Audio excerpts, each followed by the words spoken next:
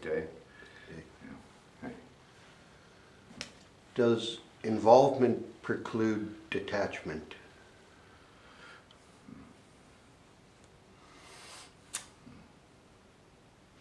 Is involvement attachment, you're saying? Yes, it is. Yeah. Are they at See. odds with one another? Sometimes, yes, obviously. Yeah. Yeah. See, so the needy, wanty, hungry, attached, human emotion doesn't see that that is an obstruction, doesn't understand that. See. So needing, in a sense, is natural, but it has to be detached needing. Yeah. See, not reinforcing gravitational programming, but liberating oneself simultaneously from gravitational programming. Yeah. See, so good point. So would the goal be... In other words, it's a paradox. See, to have is not to have. See, to not have is to have. And having is also, you know, a form of attachment, see, and detachment. Depends on what it is you have, see.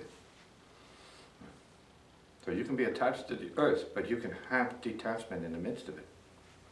You can be attached to family, friends, and relatives, and enemies, but there can be detachment depending on what's going on inside, not how it appears outside. So are we here to extinguish need or eliminate need? We're here to purify need. So it's purification of need and purification of attachment. See? So in other words, in the monastic community, there is detachment, there is sitting, there's relative, maybe minuscule levels and degrees of detachment. See? Mm-hmm. But the result of that can be huge. In other words, you need to get to a place where you feel, we're going to use the medieval term, the spirit. See? And that means the peace of the spirit, not the ego of the spirit, not the passion of the blood, and then use that as some kind of, oh no, this is spirit. See? Interpretation. No. The peace is clear peace. Conditionless. Yes. See? They say the peace of the Lord in the Christian teachings. See? And in the Buddhist, they may use the space of the heart. See? Others have their own phraseology there. So it's a delicate balance. And we're talking about family and marriage. You can be married, but then there has to be a part of you that's not married, so you're not owned by the whole ritual and contract and the assumptions and the gravity and the self-building and the importance, all the egotism that comes with it. You need to balance that particular kind of situation, or you can call it a certain kind of balance, yes, opposition. You need to remove the oppositional side of that by going deeper. So it's a paradox, yes. But it is doable because we are not attachment or detachment. So we have to get to that level of understanding. In the pure spirit condition, there is no attachment. There's just a pure spirit. Light. We are that already, but we don't stop our materialism and preoccupation with distraction enough and go deeply enough to understand that as a fact, not just a theory, not a possibility, not just a heaven, you know, in the sky. Yeah. It goes to our core being. It goes to the core being of the earth, see? And then we can use the language of stillness. It is what it is. Yeah. And everything happens. It is what it is, it's still, but everything happens. See? Because the realization of stillness is not the killing off of your karma, it's the purification of your karma. So as long as it's a purification of the karma and you have a companion, let's say, who is in line with that, then there's a possibility of progress. But that's going to be hard to do if you don't have a sense of emptiness or spirituality. See? pure spirituality means emptiness. And we mean the emptiness which is not negative, it is radiant emptiness. That's language I would prefer to use. Come in. So, in going deeper, are we moving away from relationship? No, you're going deeper into relationships. You're going deeper into the heart, see? And then you're able to understand what the heart is about, not as an ego, one-to-one ego configuration. Then the heart is a big expanse. It's the heart of spirit. See? And everything should be a step in that direction. So if you're with a practitioner of some sort or other, then that's something they should already resonate with. That it's really about all beings, but you got to get there. You can't just assume you're ready to serve all beings. You really don't even know what service is yet. Even though you can be highly educated and you think you know it all of that's an obstruction. Your self-knowing is an obstruction. It blocks the way, because the heart is not liberated. Mind is not liberated. It's not free to be. It's working from programs and set patterns and rigid sort of logic. So then we need to go into what the heart is and what it needs. Who does it need? What does it need? And then you say, I don't know. How do I know that? Well, you need to know who you are first. So, not as a self, but as a being. And this is upon everyone. See, who's avoiding their own being by being such a big self.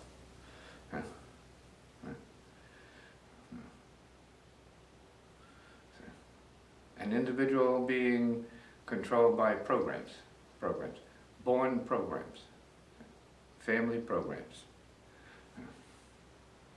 Those are the powerful ones, the ones you were born into and born through. To be what? That or more. Great basis, but good place to start. It all begins there, shouldn't end up there. See, as real limitation, it should be a bridge to self-liberation.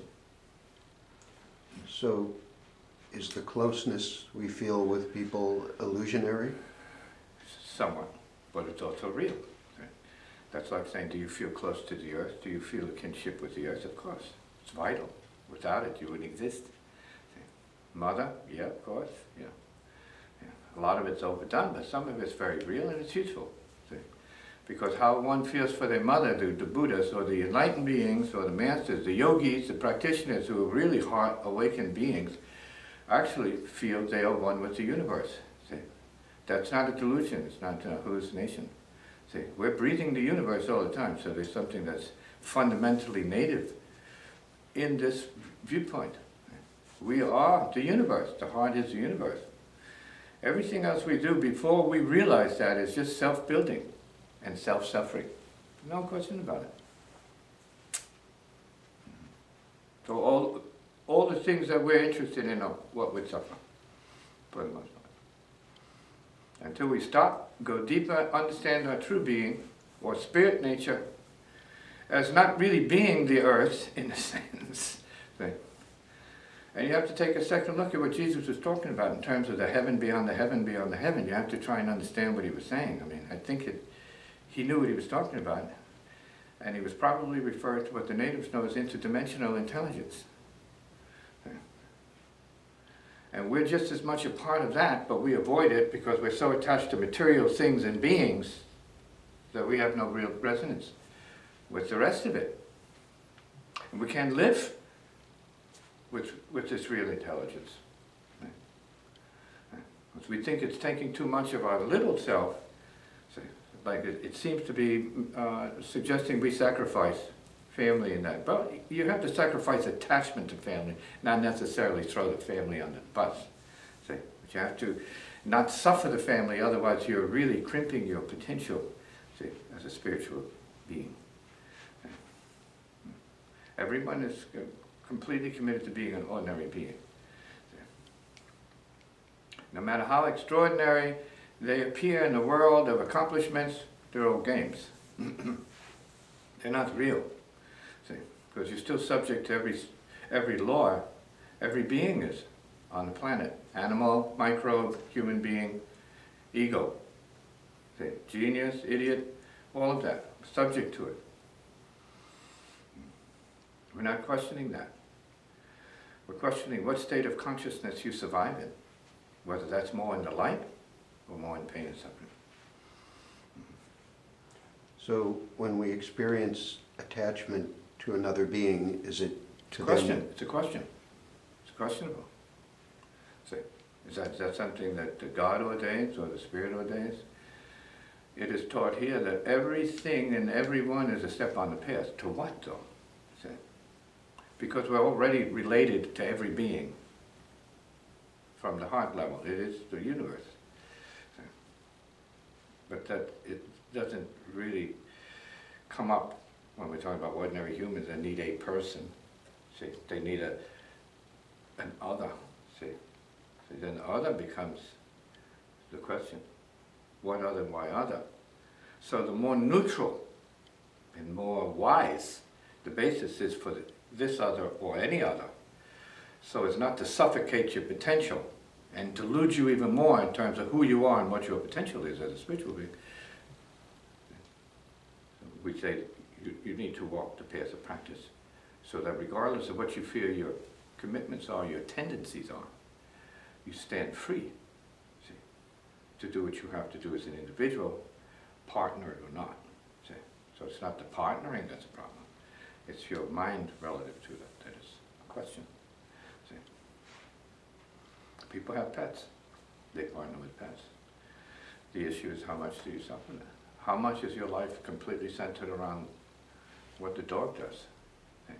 Where's the universe? I'm not saying it's bad, or what your horse does. See? But it becomes all-consuming. Because we allow that, because we're not the universe. So this is our universe. We make that spot, or dot, our universe. So it says who? Maybe in the beginning, it's an evolutionary step. Yeah. But maybe it's just from beginning to end an obstruction and a limitation from being bigger in the spiritual sense, greater in terms of appreciation of the real event, which is the total universe.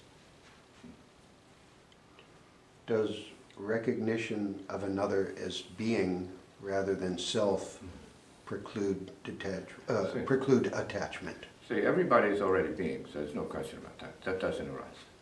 Everybody's being, everything is being. See, the nature of appearance is about the being appearance. See? So it just is, but it's impermanent. See? And because it is impermanent, it is unsatisfactory. Ultimately, you're going to suffer it. Because what you're going to see in it, if you are not awakened in a manner of speaking from the heart into the neutral plane, what you're going to see is difference. It's going to be difference. And then you have those conversations with one another. Why do you do that? Oh, I do this because, but it's difference. See, another distraction, another obstruction, but pretty much basic fact of human nature. See? And I'd say most relationships are really operational messes. See? There's too much compromising going on, too much giving up. See? And maybe in some cases not enough of self, but giving up, potential. And so we know that in the monasteries or in these places, right, where the spiritual practitioners gather and do what they do, which is to transcend themselves and try to transcend the world, even though ultimately then you become the great servant of the world. Yeah. But there are things to understand that have to do with these paradoxes that trouble people very deeply. Yeah. And then people who go on retreats, or they leave their family, they feel that they've done the worst, they've committed the worst sin in the universe by thinking about themselves in a certain, no, you're the spirit soul. You don't really belong to anybody. But it seems like you have to die before you realize that. See, that you are part of the fabric of the light of spirit, which is universal. See, it's not personal, it's impersonal. You have a long walk to go. See, forward, if you're going forward, to get to the impersonal understanding of what it is. So then you love everybody equally. You don't love anybody more, but you can have people who are in resonance with you and who become partners or friends or relatives, and you relate to them, you love them. Yeah. That means you appreciate them, all beings to a certain degree, and especially those who have that resonance with you, but then that becomes a trap. Yeah. Because you can't distinguish one from the other. But then that's your universe, that's it. Forget about the universe. It's just the other. Self-other, it's a reinforcement. See?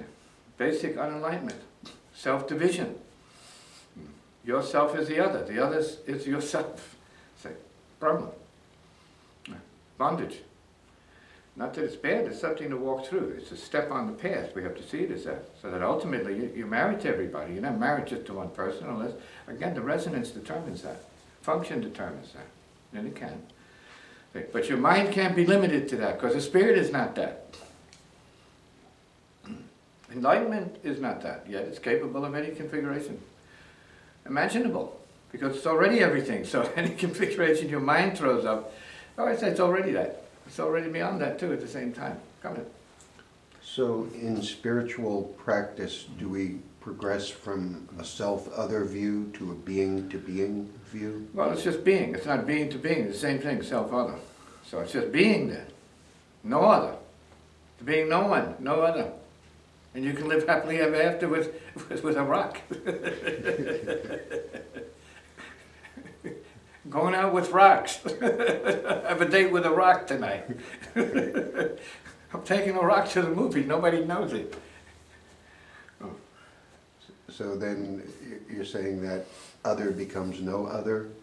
It can. It's still other. But you see the physicality of the whole thing. The universe is not changing, but the view changes because it's a consciousness. It's the awareness, which is beyond view. It's beyond self, thought, body, mind, world. This is what practice is about. This is what entering the path of spirit is about. So it's not accumulating something.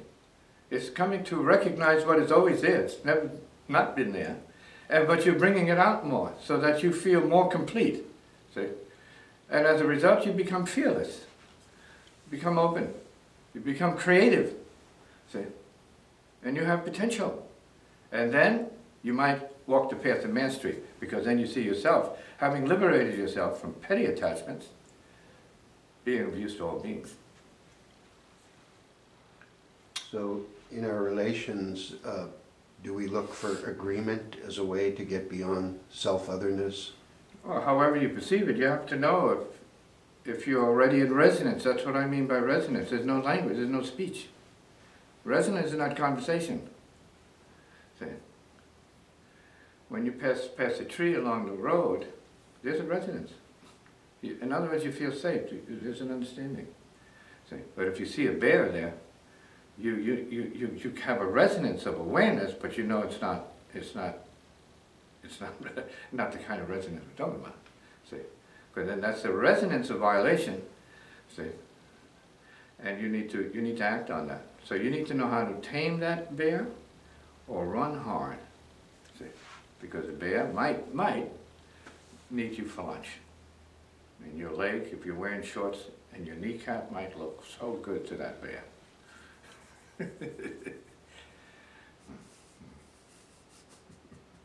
And it's in relationship to you, because when it sees you, you're the other lunch. You're the next lunch. And it's going to, avail itself. It's going to munch. And that's really what we're talking about then. What kind of resonance? Now, if you're talking about people coming together who have similar religious views, then that could mean space already. Already existing space that doesn't need to be talked about. In the field of the meditators, well then that space is grace. Zero. Now somebody can be sitting quietly, going through all kinds of extreme emotional, egoic passion inside their heads. See? About the next person or anybody else. They're suffering it. So the space then is not real. So they can sit, but they're like really sitting in their own stew. See? That's what they need to free themselves of. Get beyond that, because that's not who they are, but that's what they inherited from the blood, and that's what's still using them, so that's pretty much culture doing what culture does. And that is as obstruction. purified, then you can be in any situation, not feel intimidated or threatened by it in any form whatsoever. Personal, impersonal, social, occupational, you know, artistic, musical, whatever. Doesn't matter. It's not you. When in fact, none of your suffering, none of your desires are you. They're your parents. Sometime you wake up to that, you recognize it. Because if you hear certain enlightened stories, they say, well, I'm nothing. Everything's fallen away, and I have never felt free of my entire life. I can breathe now, but I'm nobody, so to speak. I'm light, I'm spirit. See, basic essential heart energy. So, we dig it. That sounds correct. So when a self pursues another for relational purposes, are they just merely being a hungry bear? They probably are. But no one's going to say that's all there is to it. Sometimes it begins with that. So, the question is knowing that it shouldn't end there. That shouldn't be the center of it. See? There's no peace in that. Then it's just the building of desire, and it's preferred desire because you have a person that can eat your stuff better and consume it better, and you're stuck. That's it. It's just you and the other person. You're seeing through another person's eyes, and that's the limit of your existence. And you have a lot of married couples who can only be that engaged in life. And that is to the extent that they can see what the other sees and live for the other in a manner of speaking, and not really live for themselves at all, because they don't know what their self really is. They don't know who they really are beyond their bondage. See? So if you're in bondage, you're in bondage. It means you're limited. Right? Seriously, married or not married, doesn't matter. See? Your attachments define what and who you are. See? Who's attached to the sky? Who's attached to the waters?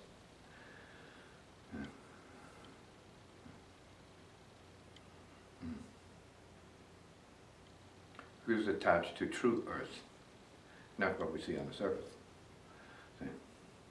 But the mother of the earth. Who's attached to the father of the mother of the earth? Who sees that, who understands that? So realization is important, more than company. So if you have realization, company is irrelevant. But you have the realization you're operating from a different level, and that's ultimately of service to all beings. Not that you have to like them, but you have a sense of knowing that it's way, way far and above ordinary people who are reacting to what people look like, reacting to what people feel like, reacting to what people are saying and doing. And then acting like they know it. Because they react, then that's what that person is, and that's what's going on. That's just emotion. See, that's dark emotion. See? It's just one color. It's one level. Powerful. Rules a lot of humans. Religious emotion, political emotion, artistic emotion, occupational emotion, emotion rules, sexual emotion.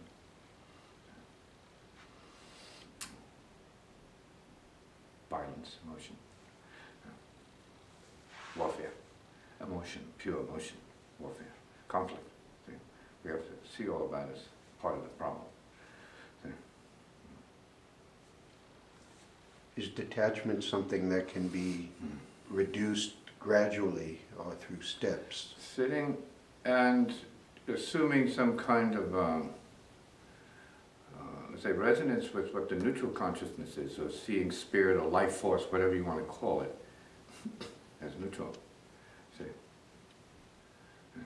So moving from your passionate, sort of extreme state, see, emotional state, to a neutral state, peace, clear space, spiritual space, pure space. That's the best place to work from regarding anything and everything. I mean, we go to sleep. I keep saying this to the people.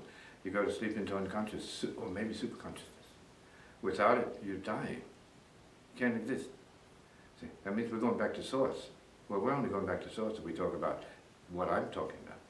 So it's like living in source, and then being true to what our obligations or particular karmas or conditions are. Or associations.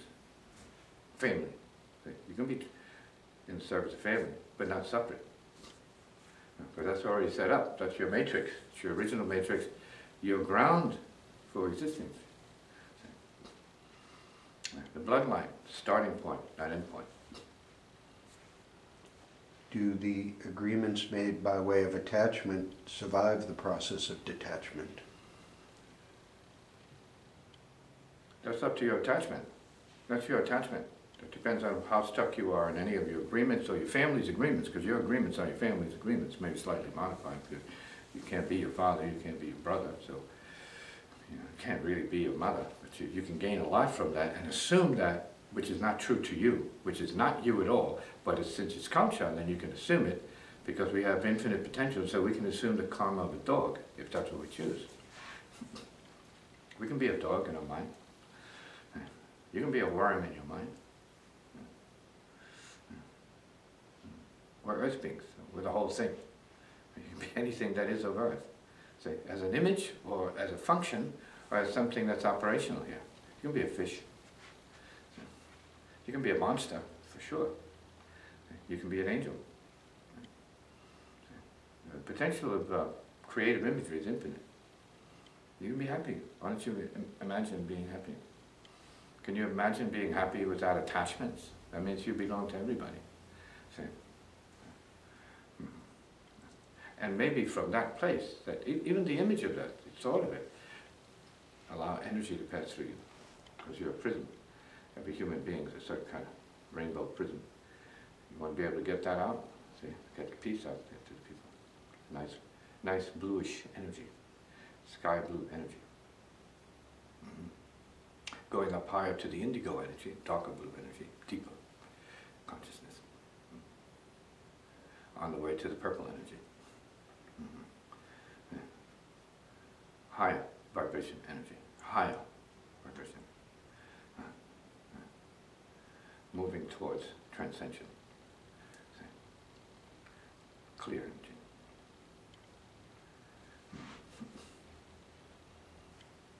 Whereas ordinary relationships are red-orange, or down here, lower chakra energy, and feeling good energy. See? And depending upon other, for feeling good, that means you're crippled, that means you're handicapped.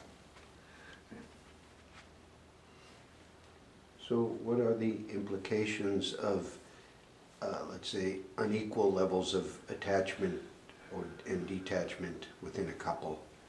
Give me an example in your case. One person is making spiritual progress and cultivating a sense of detachment while the other is staying in a more or less... And you have a problem. Yeah, you have a problem. You have an imbalance. I mean, the imbalance is there. The fact that you're just two, there's an imbalance. That is you have a configuration that's working towards balance. See, compromise. See, finding compromises that work for you. For what purpose? You certainly don't want to be compromised in a manner of speaking. You want to live in a situation to have one or others who are in this resonance where there's no speech necessary. And no problems, no struggle necessary. See, that's what we're capable of. See? Clearness, intelligence that understands, that is beyond conflict, is solutional. It's not problem. See? So we're talking about instant solution. That doesn't mean other people are going to get with that, but you can have instant solution. That's what practice enables you to understand the situation and be at peace with it. Let it be what it is, and keep the peace.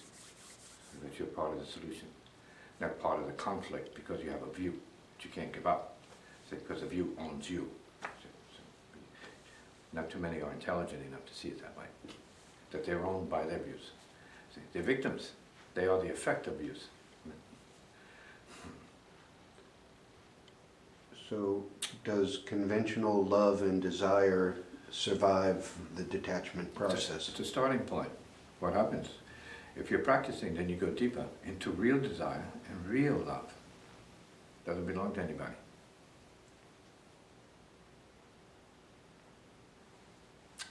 It's not self-other division. It's not like that. It's a good place to start.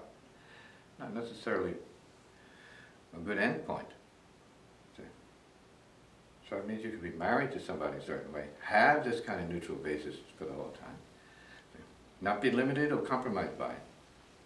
Because you're similar then. You enter what could be called a sameness. See? It's not about persuasion. A lot of people say, oh, you've been persuaded. Somebody beat you over the head and made you think that way. See? Now you're like walking around like a zombie. No, no, no, there's awakenment. That is for real. Because then the fact is there's one heart. See? Then there's one mind. Right? Like they say there's one God. Right? There would have to be. Otherwise you'd have warring gods, right? Doesn't sound godly to me. That sounds pretty human. That's what we create because that's what's going on in us. It's a projection of warfare and all this stuff. The war is inside and that has to be quelled. That means you have to wake up beyond self-division, self-other complexes, self-other programs, self-other desires, self-other reality. Be okay. You just have to be okay, man. Can you be okay? Can't you just be okay? It's impossible. Come in. So by way of agreement to, let's say, participate in the same material conditions, can people create a detached relationship together? Well, we're already detached. You're avoiding it. All your demands and all your petty desires and all your petty stuff that you depend upon the other person to validate the relationship of compromise. So you're already, originally detached beings. You were born, man. You were born without any visible attachments. See, you're born from a clear state, relatively speaking. Yes, blood. See, but more primordial intelligence. Jesus said you have to be like a child, right, to get into the kingdom of heaven. Humble, right? Wise as a serpent, peaceful as a dove. He used that child thing. Innocence, yeah. There's original innocence, not original sin. There's original innocence. There's no such thing as original sin.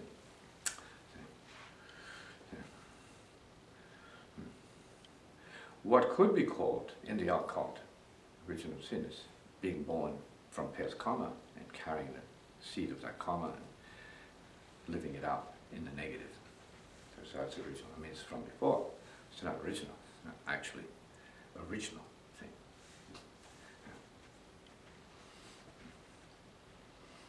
The purity is there. That's original. What's original is innocence, the purity. That means anybody and everybody can be converted or awakened to the essence of the heart, because that's what we are. 9/11, everyone was humiliated back into the essence of the heart. No one wanted it, no one knew what was going on. The mind was blown so thoroughly by what had happened. Everyone was living the essence of the heart and compassion. However slight it was, a manifestation of compassion. It was there, people were helping each other. See? We went back to true nature for a moment. See? No one said we had to be that way. Humiliation created that opportunity because our hearts were blown out knowing how many people were being killed. So, wow, see? Blown out, blown away. So you were reduced from individual egotism at a monstrous materialistic level, the almighty self, to known self, just heart nature, caring. Didn't matter who you were with. See? Comment.